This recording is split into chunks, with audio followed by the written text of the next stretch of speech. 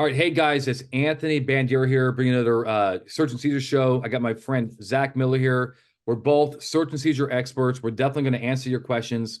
And let's get our first caller on the line. The way this works, as we're kind of getting on the line, is that we like to answer your questions live, Search and Seizure questions, and so forth. All right? All right. So let's see here. It's Anthony Smith. All right. Hold on, Anthony. Boom. All right. Anthony, you should see a little dialogue box just for your microphone. We cannot see you, by the way, so that's good. So don't worry about your camera. Just worry about your talking. I'm good. Can you hear me? Yes, my friend. Can you also tell us where you're at, by the way? 44th Borough in Pennsylvania. Okay, Pennsylvania. Awesome. What you got, my friend? So this happened about a week ago. A neighboring town received a non-anonymous tip. The person gave their name and phone number that a stolen trailer was located at a certain house in the rear yard. The tip came in on midnight shift. We were tied up with some other calls, so they didn't get to the house until about 3 a.m. They can see the trailer in the rear, see a trailer in the rear yard that looks like the stolen trailer, no registration plate visible. So the only way you can confirm it's the stolen trailer is to check the VIN. They knock on the door, nobody answers, no one appears to be home, and they know this is a rental property. So they call the landlord, owner of the property.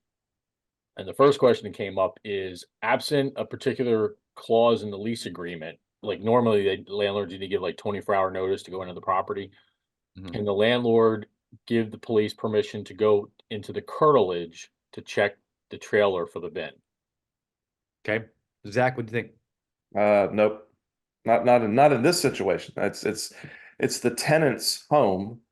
Yes, the landlord has a right of access for the limited purpose of inspecting the property and all that kind of stuff, but I don't think he can give the police the authority to go and do a criminal investigation on the curtilage. Now, Anthony, just so we're also clear, you would agree that this space that the trailer is on would be known as curtilage. Would Yes. you?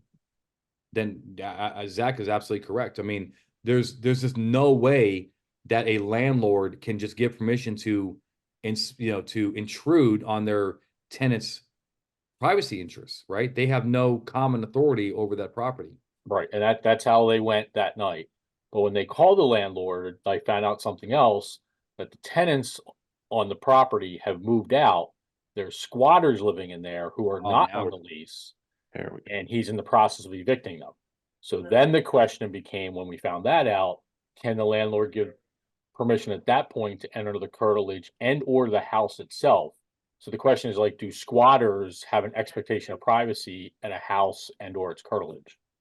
Let me just real quick, Zach. I know you just let me make sure I understand this. Have eviction orders or order been issued on those occupants? Yes or no? I don't believe so. They were in the process, which Then we're usually in the means same they've boat. just gone to the court to file some paperwork. We're in the totally same boat. The fact that they have not paid rent, they're deadbeats. They don't want to, they have not complied with the terms of the lease.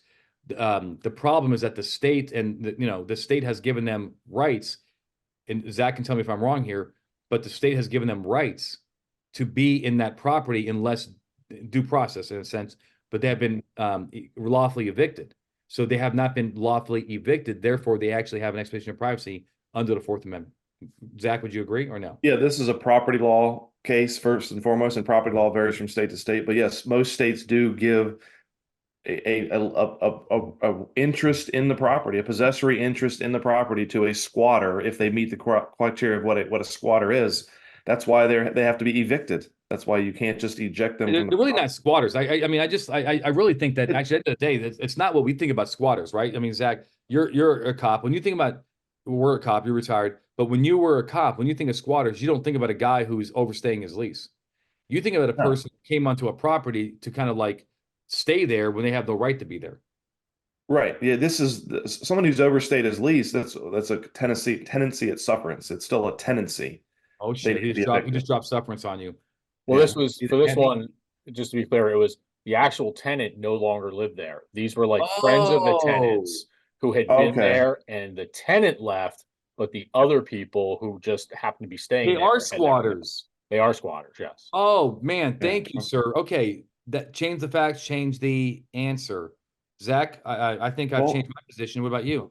Well, it's still going to depend on the law, the property laws in that state, because some states do, a squatter, a true squatter, as they are in this case, can establish a possessory interest in property if they meet certain criteria, and the landlord or owner of that property has to legally evict them from the property. Florida is a case where it's not as easy as you would think to get people who are squatting on your property off your property. Now, see, So Iowa, it sounds like, has the same issue. Yeah. but aren't we, hold on, aren't we talking about two different things though?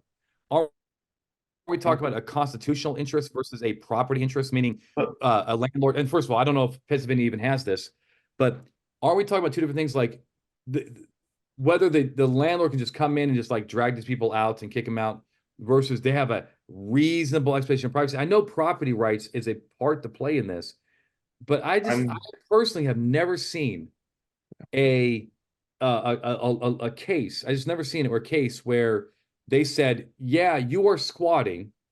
I guess look. It was kind of rare that you have to actually have eviction orders, for these people because usually the squatting is the legal act, is the violation. But even so, you're squatting. You're breaking the law. You never belonged there in the first place, but yet you have an expectation of privacy."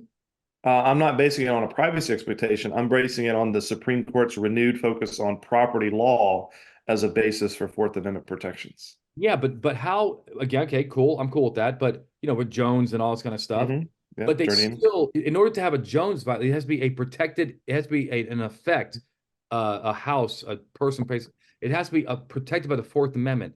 How does a person that is basically not violating the law. I mean, well, maybe they're not violating the law, but just a friend, right? That's Anthony. I think that's what's going on here. Like they're a friend of the occupant. Right. They're now just hanging out, and they're like, I ain't going anywhere because this is a comfortable place to sleep. How do they have how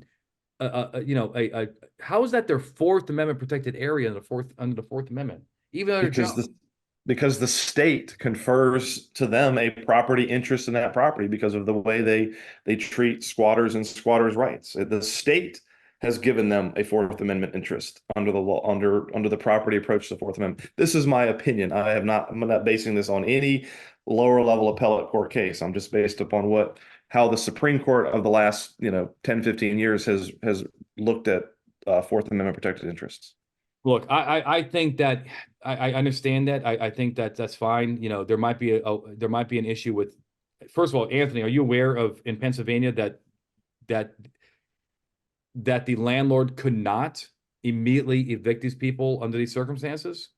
I'm not sure, and actually, I see what Matt Harden posed a question, and to clarify, they were there before the tenant had moved out, so they were friends of the tenants who were there, and just when the tenant moved out, they just said, "We're not going." I think they become a squatter after the tenant moves out. Okay.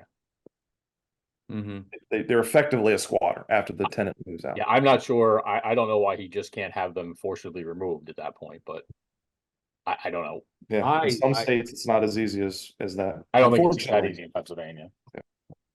But I'm not sure. Yeah, they said California might be an issue. Yeah. Unfortunately, it is an issue.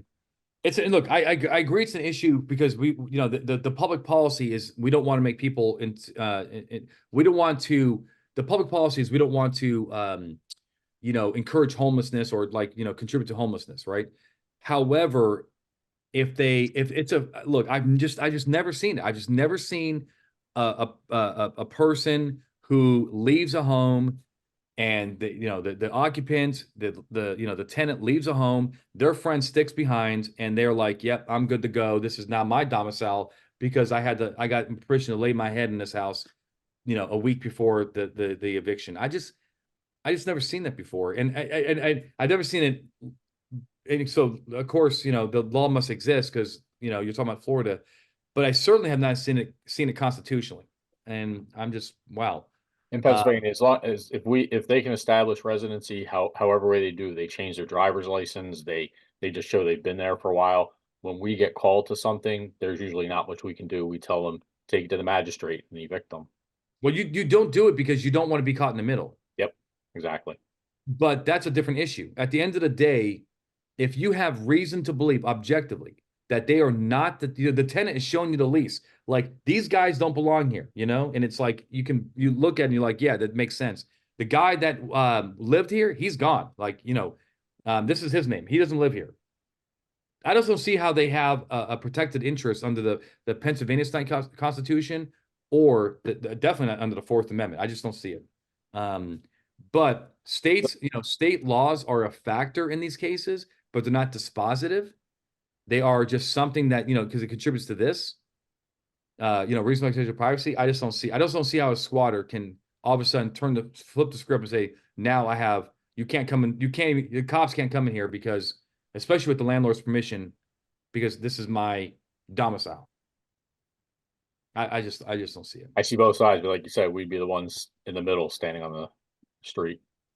Yeah, look, I would say my advice, based on what I know about Pennsylvania law and just kind of like what I know about the Constitution and so forth, is that if the cops objectively believe that they had no real possessory interest in that property, and there's no other law in Pennsylvania that says otherwise, they have no standing to contest an entry into the backyard. That's my advice. What? How about the house? I'm the same way with the house. The rule for the curtilage would be the same for the house. Yeah. Correct. Well, the positive outcome to this is they actually tracked down the actual tenant. She came to the property and gave them permission to go onto the property, and they did recover the stolen trailer and some other stolen vehicles that were covered up in the backyard. Right. And good. But I guess you're making case law in this sense, but it's a tough sell for me that's all of a sudden these squatters now have a legitimate expectation of privacy, or there's some kind of trespass issue when they don't seem to have a possessory interest, because that's what trespass requires as well. They have a legitimate possessory interest, which is what Zach is saying. State law can give them that possessory interest, but unless we see that law that gives them a possessory interest, and I haven't seen this Florida law, but I used to love Florida, but now I like Florida a tad less, that they're giving squatters some kind of possessory interest. But thank you. Yep, you're welcome.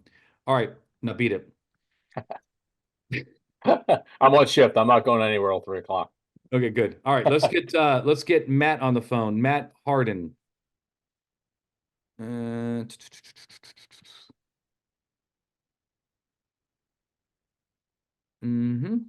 on. There's a lot of people here, so I'm just trying to find it. Where is Matt here? Did Matt disappear? No, I don't. Oh, okay, good. I don't see you in the anyway, I don't see them. Okay. My mom's saying be nice. I am being nice. I'm just being funny. There's a difference, Mom. That's why you don't have a man. You're so critical. All right. Anybody else have a question? We'll see what Garrett has. Okay. All right. Dean. Let's get Dean on the line. All right. All right, Dean. Can you hear me? Yes. All right. 2 questions. Who exactly, when we talk about the Fourth Amendment, it applies to people that work for the government. Who specifically does it apply to? The example I have is, does the Fourth Amendment apply to firefighters, CSOs, medics, parole, or probation officers? Like, how specific is it? Do we have to be teaching firefighters on the Fourth Amendment so they're not violating people's curtilage? Well, I can tell you, as a firefighter violates my curtilage, goes to my house when I'm not there, but that's beside the point. Where are you from, by the way, Dean? What state? South Dakota, Rapid City. Oh, you're Rapid City? Have you been to, dude, Dean, of course, Yeah, you've been to you know class. Yep. Okay. So now I recognize the name now. It's it takes me a second to digest that. What's up, Dean? It's good to hear from you, man. Okay. Thanks. Zach, what's your answer? It applies to all of the government, so all of the above. But normally when a firefighter is going inside your home, you're calling for medical assistance, so it's consent. or it's a true exigency. Your house is burning down. It doesn't get much more exigent than that. So yes, the Fourth Amendment applies to all government officials. But Zach, does it apply with full vigor to No, there's everybody? different rules. Yeah, there's like a fire. Yeah, there's if the fire marshal that's there to investigate a cause of a fire, he doesn't need a warrant if he's already on the property to do his causation inspection and things like that. Yeah, there's different rules. There's administrative rules that govern like a fire marshal inspecting a business to make sure they're complying with the fire code and things like that. So it applies, but there are in some cases different rules. Yeah. I think different. They're definitely different rules, and I think that would you say a fair way of saying it's different rules, but it's watered down. Oh yeah. Oh, no doubt about it. Like TLO is a classic example, right? Mhm. So New Jersey versus TLO or TLO versus New Jersey, but TLO Tammy Lee Owens, right, was searched by a principal or a vice principal, and they found drugs, right, in her purse as a student, and he had no probable cause. He had no reckless exception. He had no consent. All he had is reasonable suspicion that she had drugs. And you know that a cop couldn't do that. A cop couldn't just go up to somebody and search their purse with reasonable suspicion. But what did the U.S. Supreme Court do? They gave them the basically the school exception and so forth. So I like to say that the Fourth Amendment, Dean, is watered down. Is that the right phrase, Zach? I don't want Yeah. to say watered down and be derogatory, but it's loosened. The rules are loosened because they don't expect the same standard from as for cops. Yeah, I mean the seminal case is Camara versus San Francisco, which predate Terry versus Ohio was actually premised on that. That was a housing inspection case. Housing inspectors they still have to comply with the Fourth Amendment, but they only need what we now would call reasonable suspicion to enter a home to do some kind of safety inspection or something. So I would say, yeah, it is a watered down Watered standard. down, and it's watered down because it's real. Because you can't expect housing inspectors, principals. There's the other one is health code inspectors. You can't expect them, and also fire marshals. You just can't really reasonably expect them to know all the shit that these cops on this webinar know. That's not their main focus. Another good example of being watered down is Miranda. You don't need Miranda in a school setting when when the interrogation is from a school official, because even if they're in custody, because they don't expect these school officials to start reading Miranda and get Miranda waivers. So it's a great question, but at the end of the day, the rules are different. It applies, but the Supreme Court has made it different. And I think at the end of the day, it's reasonable that housing officials, fire marshals, and welfare investigators, potentially the rules are a little different. Welfare investigators might be a bad example, but you get my point. Thank you very much. Will you, Elvis? Is that a good Elvis? Thank you very much. Maybe is that Elvis? Maybe I'm wrong. Yeah, all right, Dean. All right, it's good to hear from you, my friend. All right, who else has a question? And in the meantime, while we're trying to look for another caller on the love line here, Zach, let's bring up a question. I want to talk about what's that one question that we talked about before this webinar tonight? Was it the PATEL Peyton? Because we kind of covered most. Yeah, let's talk about that real quick. Let's talk about that case. So, all right. The PATEL part of it. Let's talk about, so what is the why don't you give the scenario? Let's get some, and let's do this kind of quick because we're running out of time here. But let's give the overall gist of it. Do you have the question in front of you? Yeah, now I'm trying to. And Nathan, here it is. Yeah, it's actually from here. It's here in Virginia, from Newport News police officer. What agency do you work with? I worked with the James City County Police Department in the Williamsburg area. I thought is that near where Newport is? It's right next to Newport News. That's what I thought. I thought you actually. Yeah, that's what I thought actually. Okay. Yeah.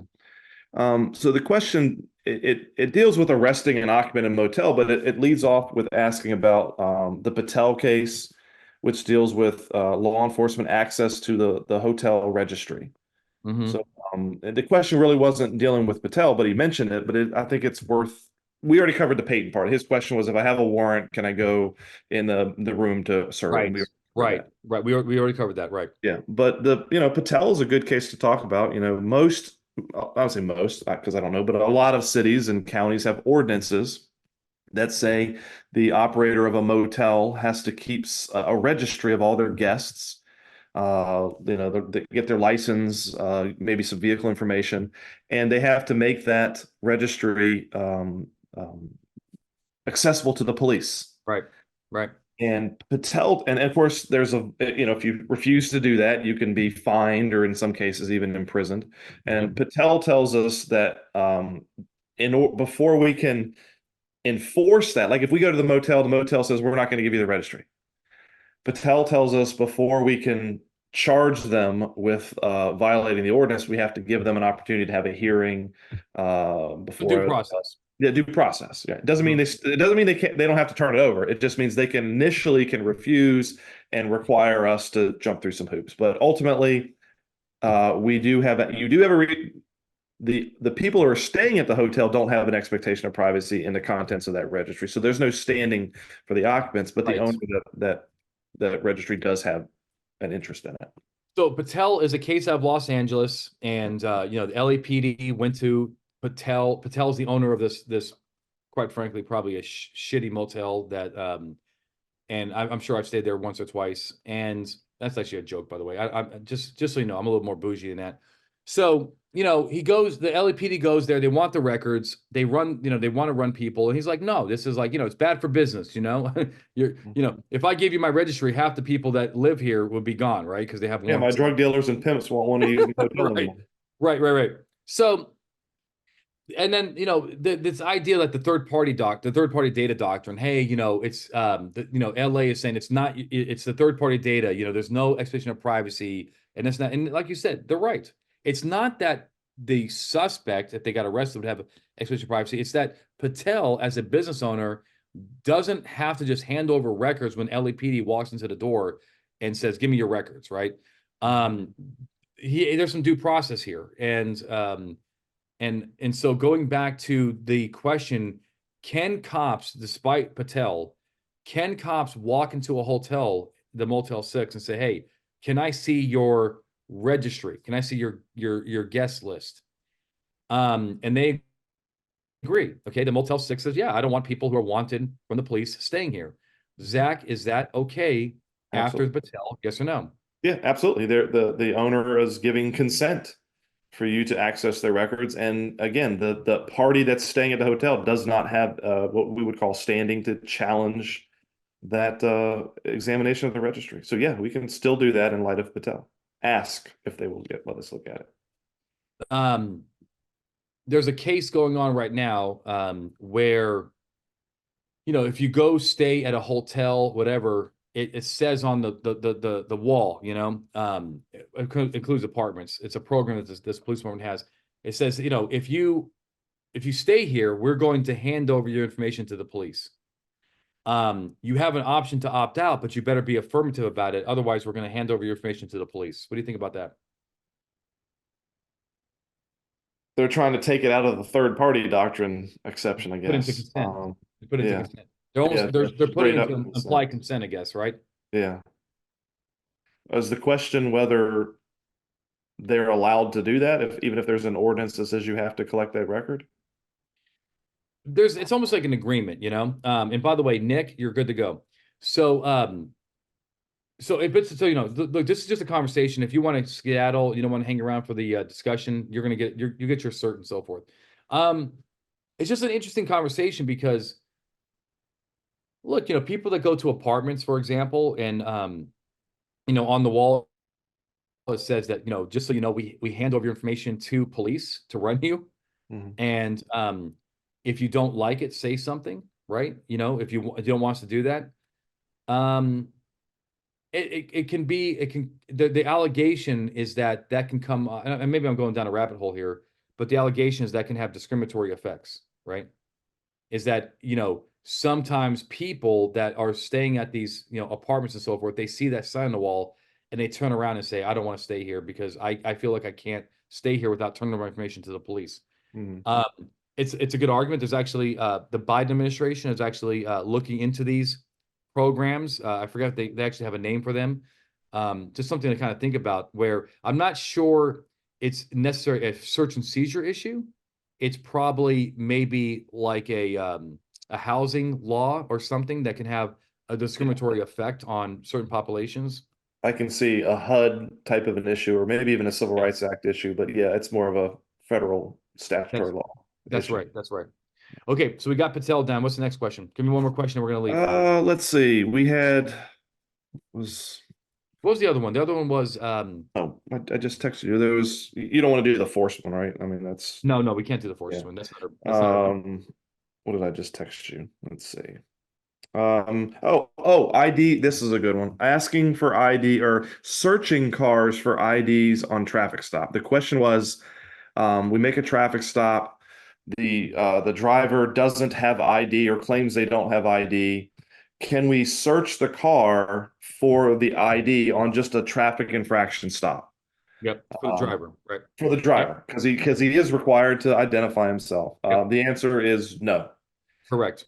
Yeah, the only state that allowed this under the Fourth Amendment, that the only state that said under the Fourth Amendment was reasonable, was California, up And until what a few happened? years ago. And they dropped it. And Yeah, they yeah. well, actually, can I say something? It actually wasn't just for clarity, but it wasn't just California. It was also New Jersey. Oh, they allowed them as well. Yeah, Okay. they call it credential searches. So New Jersey dropped it before for California, so they got rid of it a long time ago. Okay. And California was next, but the only two states that actually allowed this was California and New Jersey. Actually, California referenced in their original case, they referenced the New Jersey case as permissible. But the point is that is not the solution. The solution for people not giving you their driver's license during a traffic stop is not to toss their car. The solution is to arrest them if you don't believe who they are. The solution is to run them in a database. The solution is to, whatever, right? There's other mechanisms for handling that problem, and the courts do not believe that searching their vehicle is the right solution unless you have what? PC, they're lying about their ID. Now you actually have probable cause that they could actually have their ID in the car and they're lying about it. Yes. Yes. Yeah. We should have I should have maybe been a little more clear with that. The California case, it was called In Re Arturo D was the name of the case. Arturo D, Said that you can just you don't need probable cause to believe the ID is in there. If they say they don't have one, you can search it just to check. Right. And that has been since overruled by the Lopez case in 2019, so no longer can do that. But yes, if you have probable cause to believe it's in the car, then the automobile exception. Hold on. Okay, hold on. Just make sure we're on the same page here. What you have probable cause that they are not lying about their ID, but they're lying about the fact that they have an ID? If they don't have if we don't know who they are, they won't identify themselves. Okay. Yes.